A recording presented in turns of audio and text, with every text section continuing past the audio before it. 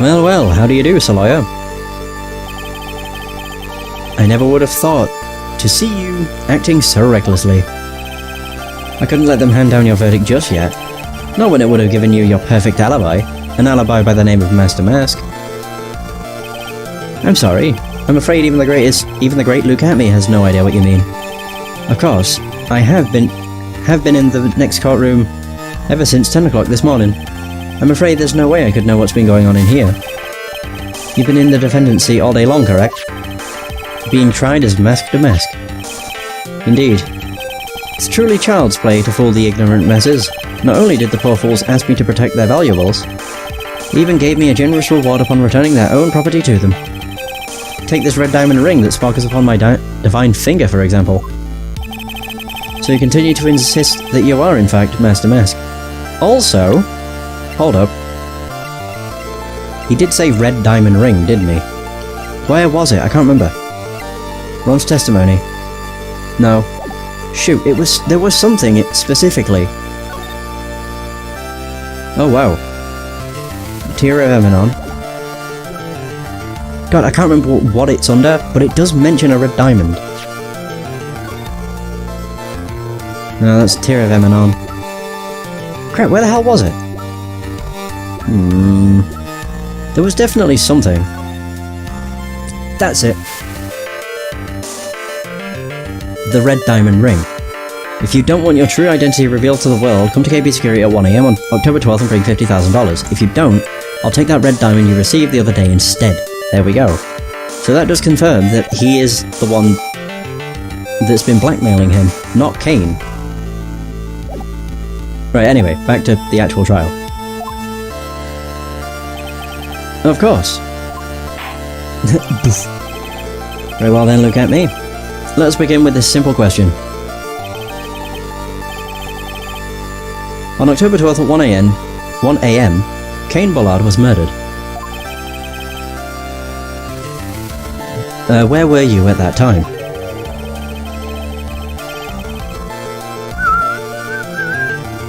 One without knowledge lacks even the knowledge that he should be ashamed of himself. But don't worry, I will not hold it against you, Sir Judge. Thanks.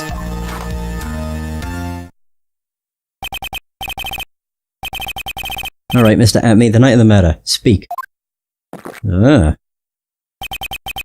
We're listening.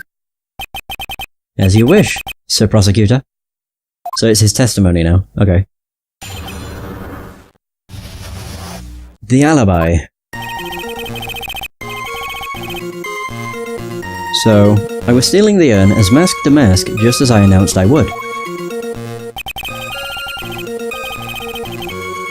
I had more than enough time to prepare. It was a pathetically easy job.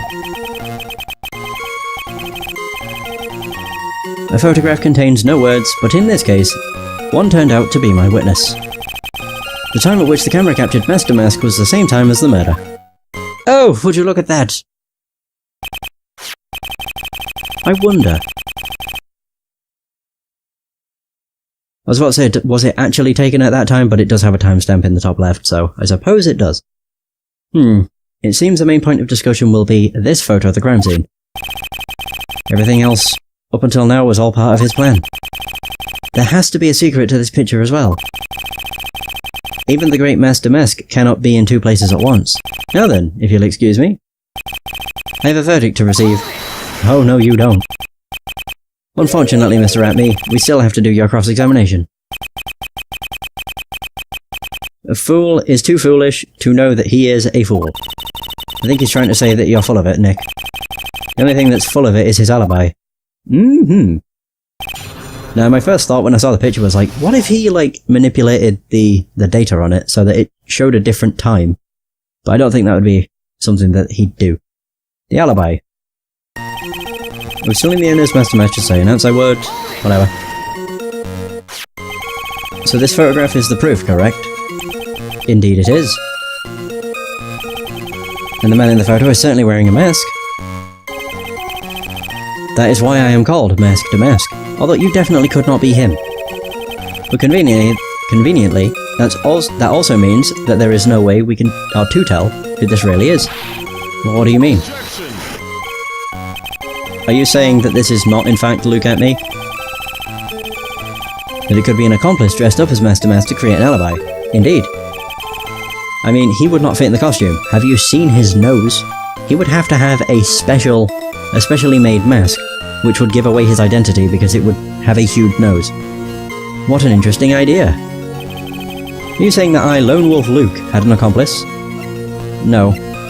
It was purely just pressing for dialogue. If Luke at me was a KB security during the murder, then the Master Mask in this picture has to be a fake. I mean, to be fair, Nick's covered like 10 cases? Is it 10? Yeah, case 1, 2, 3, 4, 5. There was only 4 in Justice for All, wasn't there? So he's covered 9 cases. And this is his 10th case. Huh. And there really was an accomplice. But right now I have no idea who it was. I don't have any idea right now either. Baseless objections are just what that guy wants. There's got to be another way, and I'm gonna find it. But yeah, seeing him actually have confidence is pretty cool. Also, seeing him in the first case was, like, really weird. Like, that he was actually a defendant. At one point. More than enough time to prepare, it was a pathetically easy job.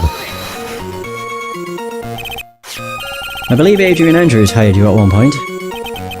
That's right. That was over 20 days ago, if I'm not mistaken. You sent the calling card to Lord Lee Taylor 10 days before the heist. That would mean you sent out the card after you began your security watch, right? What if he took it on a different day? The picture. I just thought... he could have taken it on a completely different day at that time. Because if he's the one doing the blackmail letters, he would have already had the... what is it? Crap. I'm trying to put it into words. But if he was the one doing the blackmail letters, he would have already known the time that he'd need to make an alibi for himself. And if he did it on a different day, it doesn't state the date. Okay. I'm getting all excited because I like coming up with theories. Even if they aren't correct, but it's still fun. Okay, indeed, there was no reason why I couldn't do both jobs at once. It's a perfect opportunity to steal my latest target. I see. You truly are evil, aren't you? Yes, evil is what I am. Hey Nick, isn't there something odd about this? Detective Atme was always proud of his ace detective skills, right? But if the end was stolen from Lolly Taylor while he was the only one watching it, he'd have no way to maintain his perfect ace detective persona. You know, that's true. It is kind of odd. He's got a twin! Photograph contains no words, but in this case, no... wait, one turned out to be my witness. So by photograph, you mean this piece of evidence here, is that correct? Indeed it is. That it is. Oh, that is it. The very thing that proves I committed the crime. The very thing that proves you committed the crime. When you think about it, it's really odd. You say that almost... almost as if you had this picture taken on purpose. He was simply caught by the very camera that he had set up. Yeah, but he would have known! If he set up a camera, you'd think he'd dodge around it. We all have days like that. Indeed. Turned out that there was no such thing as the perfect crime after all. Life is truly an ironic thing, a sad blue melody. Looks like I'd better gather more information for now. If he's truly the killer, there's got to be something phony in that photo. I'm still holding out, you know, the date. The time at which the camera captured Master Mask was the same time as the murder. By pure chance.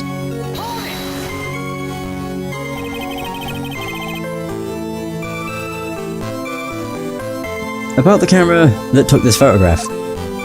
Does it have a date? Oh, come now. It's all too clear what you're thinking. Huh? You think I altered the timestamp on the photograph, don't you? I don't, actually. I do think the date's false, though. Or doesn't match. I'm afraid that's impossible. The camera was set up by Lord Lee Taylor, and on top of that, it was Lord Lee Taylor's staff that printed that picture's data. Unfortunately for the defense, there's no way that picture could have been altered. I see. Looks like I'd better find something else that could be suspicious. So this alibi is false? It has to be, or he couldn't have killed Mr. Bullard at KB Security. But I'm not really spotting anything unusual. There are two possibilities. Either the master mask in the photo is a fake, or the photo itself is. The photo. Still in the honest master mask, just as I announced I would. Oh right, so we're back to this. Okay, it said I needed more evidence to press on this. So, I mean, this is kind of pointing out that the photo's the phony thing. So by photograph you mean this piece of evidence here, is that correct? Can I skip through this? No. Indeed it is. That is it, the very thing that proves I committed the crime. The very thing that proves you committed the crime. Surely even you understand by now.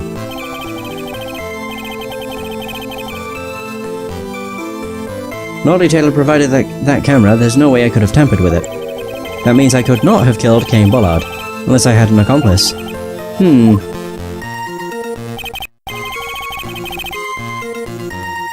But come on, think long and hard about that night. The basement warehouse, and this picture that supposedly catches it. It's got to be here. Isn't there something funny about this picture? You bet your ass there is. Are you implying that this picture is a fake?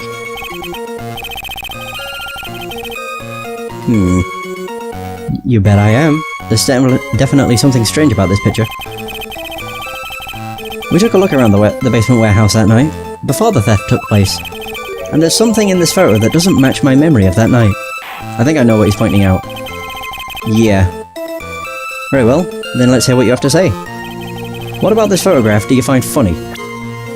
I would probably have to say the fact that there's no army statue, and the army statue had moved over to the top corner. Like the day after the crime was committed. I mean, I think it's just the paint. It's like, we didn't see any paint because it was being covered by a statue. The funny part is right here. Why this is a blood stain. Ah, blood. Now this case is getting interesting. Not exactly. The stain is actually pink paint. Oh, just paint. And peach coloured at that. From blood to peaches. The judge sure loves going on his wild tangents. The judge is an awesome character. He's great. The problem with this photograph is not the paint. The problem is that when you consider the layout of the basement warehouse, turns out that something that should be there is nowhere to be seen. Oh, he's catching it. Ooh. Well, Mr. Wright? What is supposed to be in this picture instead of the paint stains? This.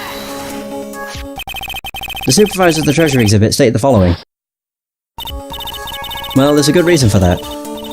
On the day of the crime, around noon, that golden statue just happened to arrive from the mountain training hall. I realised that the statue would be the perfect size for covering up the paint stains. That's why I put it where you first saw it. There we go. I myself was there the night the theft took place. I saw the statue in that spot.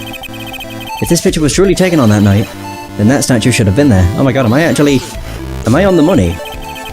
I mean, I don't want to know if I am on the money, but if I am, that's awesome. That's like gotta be one of the best feelings. But when I went there, the day after the theft, that statue of the old bag was sitting in the corner. Perhaps it was somehow pushed there accidentally. Your Honor, this statue is slightly larger than yourself and quite heavy. It would take more than an accidental push to move it that distance. Huh. In that case, can you prove it? Can you give us the rhyme and reason as to why that statue was moved that night? Can you do it, Nick? Never mind who moved it. The real question is, why did they move it? Well, Mr. Wright, I hope you're prepared for your answer. Now then, who was the one that moved the golden statue on the night of the crime? Oh, it would have been... at me. He would have moved the statue so it matched with the photo. Yeah. The one who moved the statue is none other than Luke Atme. Come now, Sir Lawyer. There you go again on one of your strange delusions. Mr. Wright, what basis do you have for your strange delusions? It's very simple. The witness was the only one in the basement warehouse that night. That is indeed very simple. However, why would I want to move a heavy golden statue? The reason for moving the statue... Here's where our battle really begins. Well, Mr. Wright, what reason did the witness have to move that statue? The reason could be found here in this photograph. Look at me, you pretended to be Master Mask. To create an alibi by showing you were at Lordley Taylor that night. But this photograph contains a single fatal flaw. If the statue had been there, your lie would be exposed like cheap film at a drugstore. That is why you moved the statue. A single fatal flaw. Interesting. Our interesting theory. Please enlighten us. Just where in this picture does this lie exist? I mean, I don't... I mean, the time. Oh mate, it's not... The time's not wrong, it's more the fact he moved the statue, so at the time it would have... I don't really know. Maybe it was on the day. Oh, so my theory's out the window. There. I hope that works. Naturally, the lie in this photo is the timestamp. What do you mean? I'll tell you exactly what I mean. On the night in question, Luke Atme went to KB Security and murdered Kane Bullard. Therefore, it's obvious. It would have been impossible for him to have been at Lordley Taylor at this time. Oh, it would have been then.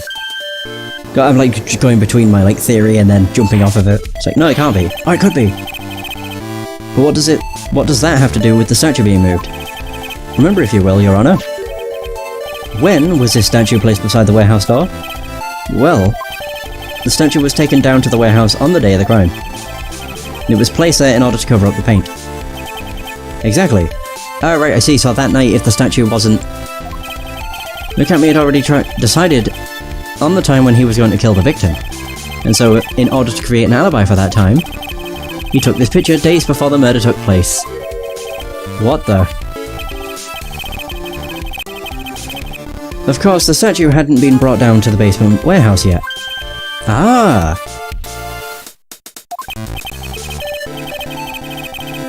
So, on the day of the crime, Mr. Atme must have been quite nervous. As nervous as a long-tailed cat in a rocking chair factory, so to speak. Why? Because something that wasn't supposed to be there had been brought down and placed where it wasn't supposed to be.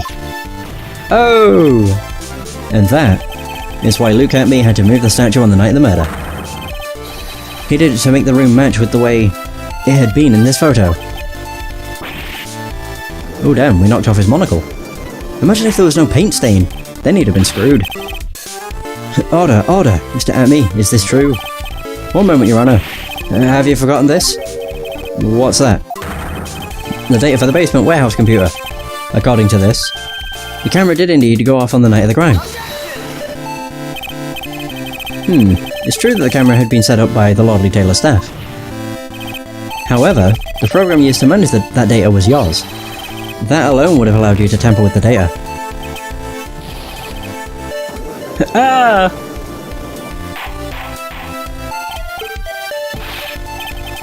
Order, order! Mr. Godot, what is the meaning of this? Oliver just has a sip. Delicious. Godot, I warned you about making me wait, now put that coffee down. My 11th cup. I promised to drink no more than 17 during a trial. Which means, I'm still good to the last drop. However, the defense has a very good point. A good point? So what? We are all but travelers on a road of infinite points. I think I've got your points mixed up with your other points. So you say this photograph was taken ahead of time? And that the statue was moved in order to make it match? That's a very interesting idea. However, there's one point that can't be denied. Which is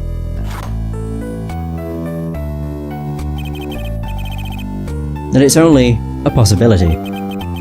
Men that are trapped by the chains of maybe, can never reach their dreams. That's very true. No way. Don't fall for that, Your Honor. Hey, Mr. Damask. It's actually at me. Yes?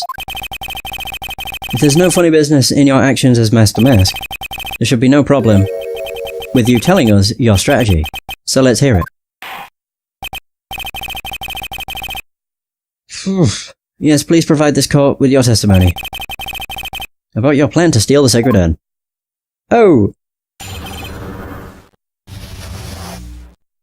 The sacred urn heist. I first received the request from Lordly Taylor about 20 days ago. The urn was placed in a box in Zvari. It was then sent to the warehouse. Hence, I was actually unable to see the urn for myself until the day of the crime. I knew it was an extremely valuable treasure, so I sent my card 10 days beforehand. I then handled security by myself to ensure that my crime would go smoothly. At last I held the urn in my hands for the first time at 1 AM on October 12th. I call bullshit. It's pretty much all stuff we've heard before, isn't it? Yeah. We will find the truth hidden in the nuggets of new information he gave. Witness, you're sure there are no mistakes this time? Zvari. He's back to his old self. Very well then, Mr. Wright, you may begin your cross-examination. Hooray! My favourite point. The Sacred Urn Heist. I first received a request from Lordly Taylor about 20 days ago. You have to guard the urn by Miss Adrian Andrews, is that right? The very same.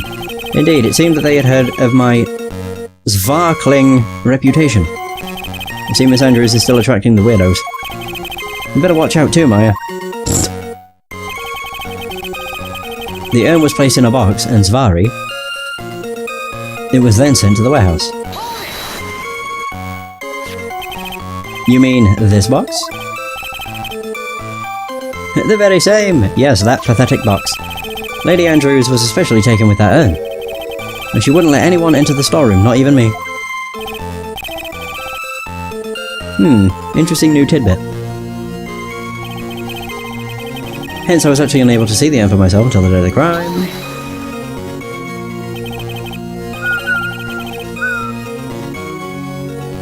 So you're sure that you had never seen the urn before?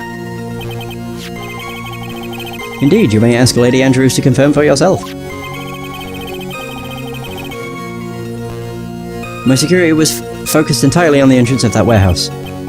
However, I, Lucatme, let no information whatsoever slip through my fingers. Okay. An extremely valuable treasure. Are you sure?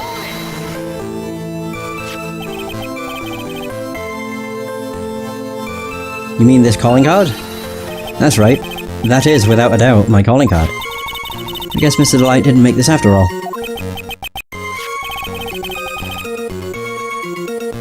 Of course, because Atme knew about the emblem. Making this card authentic would have been chance play to him. Then handled security, blah blah blah. Then no one entered the basement warehouse.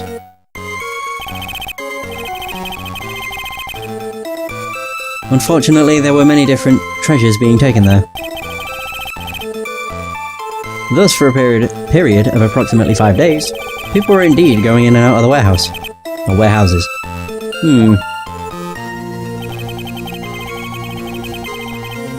And this is where he's on about the urn. Boom. For the first time on October... blah. This is the photo that proves that, huh? Indeed, to be honest, even if a photo was taken, I didn't think it would matter terribly much. Hey Nick, if this photo is a fake, Detective Atme might have stolen the urn whenever this was taken. That's true. You know, he's been saying that he never saw the urn until that night. If we can prove that he's lying there, we can wrap this up and put a bow on it. Need to take a good hard look at the court record. Not a lot to go on, is there? That detective's been covering his tracks. There's only one thing we need to prove in this cross-examination. That he took this photo well before the actual night of the crime. Alright then, how do we do that? There's one thing that Atme stated very clearly. That he had never seen the urn before he stole it. We need to prove that he's lying. You got it. Placed in a box, sent to a warehouse. Never... Okay, unable to actually see it until the day of the crime. So what could prove it? Yeah, my attorney's badge could prove something. No, I'm taking the piss. What about the calling card? To the security at Lardley Taylor. I will be coming to purloin the most priceless work... Wait, of the priceless work of art on display in your Treasures of Carine exhibit. Take good care of the speckled urn, won't you? Yours truly, Mask to Mask. Although to be fair, if he'd only seen it in the Treasures of Carine poster, it would have looked terrible. Yeah. I'm not entirely sure. That's my only thing to go on. And it seems I got it right. Mr. Amy, if you really are Master Mask, then you also wrote this calling card, correct? But of course. Wait, I see. If he'd never seen it, then why would he write about its, like, speckles? Is there a problem with that calling card? Allow me to read a passage from the calling card that Master Mask had written. Take good care of the speckled urn. Now, the speckled here. Surely refers to this pink pattern on the sacred urn. Yeah, there we go. Yes, it is true. But so what? Truth be told, there's no way that Master Mask could have known about this pattern. What do you mean? This pink spotted pattern on the urn is actually nothing more than paint stains. Paint stains? And these stains did not appear until after the urn had been taken to Lardley Taylor. Oh! I'm not finding this joke to be very funny, Mr. Trite. The day that the sacred urn was taken to the warehouse, the urn was broken due to human error, or should I say, an error-prone human. And that's when the pink paint got on the urn. You can't be serious. And yet this calling card clearly mentions the paint pattern. Which means, Detective Adme had seen this urn long before the crime ever took place. In fact, he saw it when this fake photo was taken. Phew! And because this photo is a fake, your alibi for the night of the murder no longer holds water. Yeah! Kick his ass. Do do do do. Witness, do you have anything to say for yourself?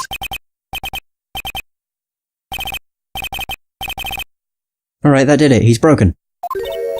Nick? I think it's still a little early for a victory pose.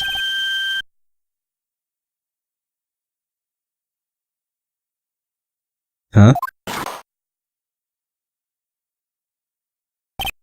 Oh my god, he didn't drink! It's so sad. No one has any conviction these days. Conviction, you say? Yesterday, we all decided unanimously that this man was Master Mask. And now, we're calling him a murderer.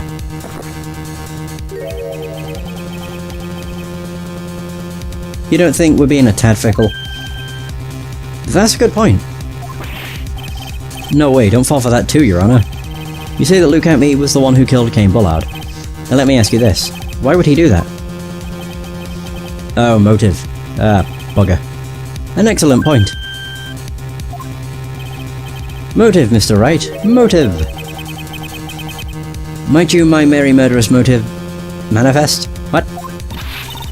Nick, he's getting a second wind.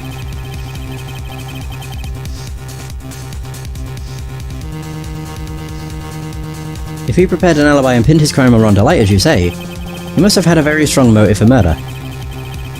The only one with any motive we've seen is Rhonda Light. Wait up. Hang on. My only thing was that... No, it wouldn't have been. No, never mind. That's just completely gone. I was thinking that the blackmail was actually sent to Cain Bullard, but I don't think it was. And I thought that he killed him for the ring. But that's a really stupid motive. Isn't that right, Detective?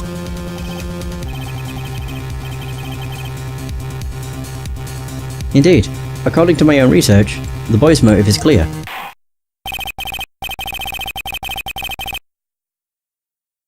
Without a motive, it's nearly impossible to prove guilt in a murder case. Now then, maybe you can enlighten us to what the defendant's motives were. Thank you, Sir Oldtimer. Jeez. They're doing everything they can to make Ron look suspicious. Despite our lack of hard information, this may be our only chance.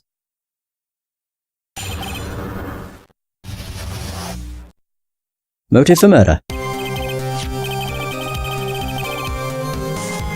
I, Luke Atme, had no point of contact with the victim whatsoever. Cain Bullard decided to investigate Master Mask and simply mistook who he was. It was Mr. Bullard who wrote the blackmail letter and sent it to Mr. Ron Delight. I keep saying it didn't. Because of what he's wearing on his hand, he has screwed himself. And it was again Mr. Bullard who harboured a grudge against Mr. Delight for his betrayal. Mr. Bullard's mistake is quite excusable. The defendant truly believes he is Master Mask.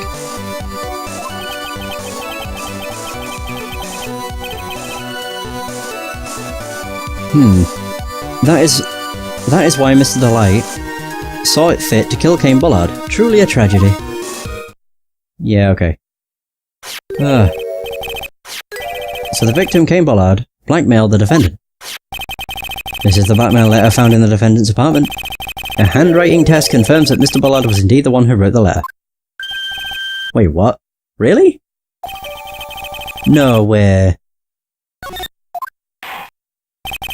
Very well, Mr. Wright, begin your cross-examination.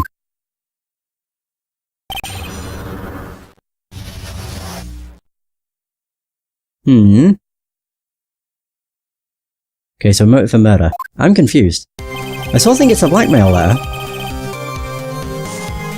I might as well... I'll just press everything. I don't really care. And who in the world is going to prove that? I will.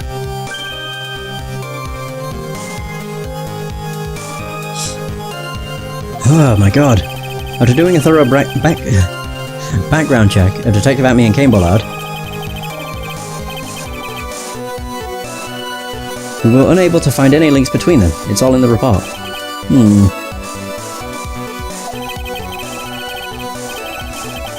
Perhaps they were connected through their work.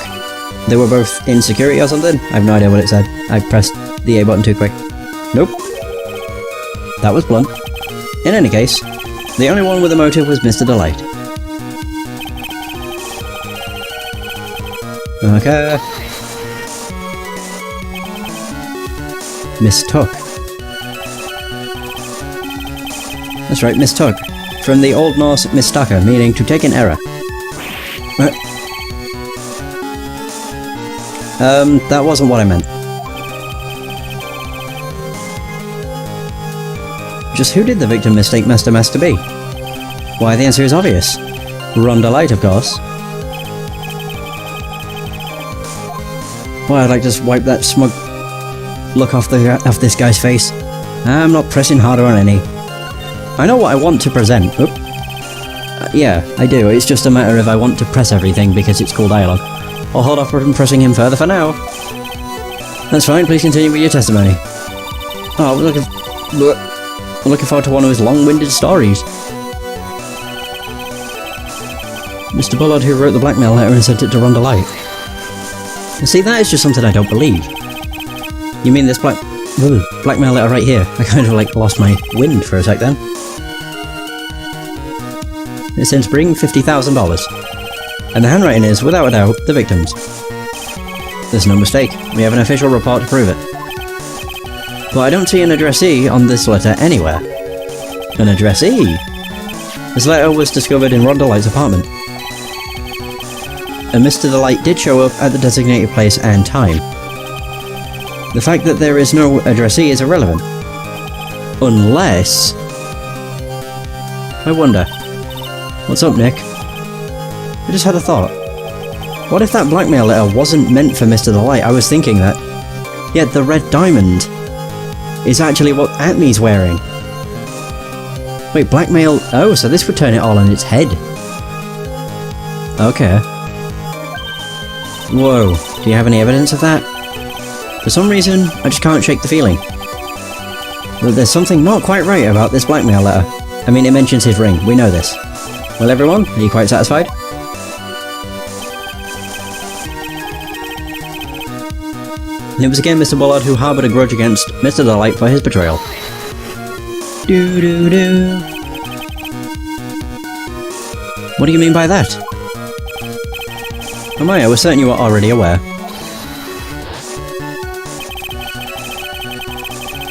KB Security has a lot of security info on all sorts of companies. Oh right, yeah.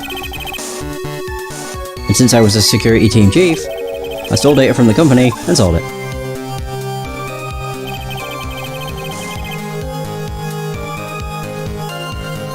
Cain Bullard had yet to forgive young Mr. Delight. Doo-doo. Which is why he sent in that letter upon mistakenly believing he was the thief. Here was a file that we discovered in Mr. Bullard's office. Evidence that Mr. Bullard was receiving money through blackmail.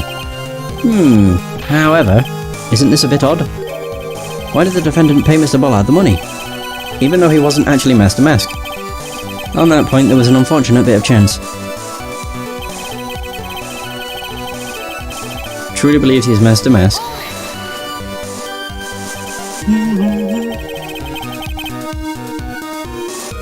Do you really think that story is going to hold up? Zvari, that assertion is not merely my own, I'm afraid. What do you mean? I have here a memo from Ron Delight's wife, Desiree Delight. Oh. Ronnie thinks he's Master Mask. Don't you feel sorry for him? Please don't think too badly of him. Okay.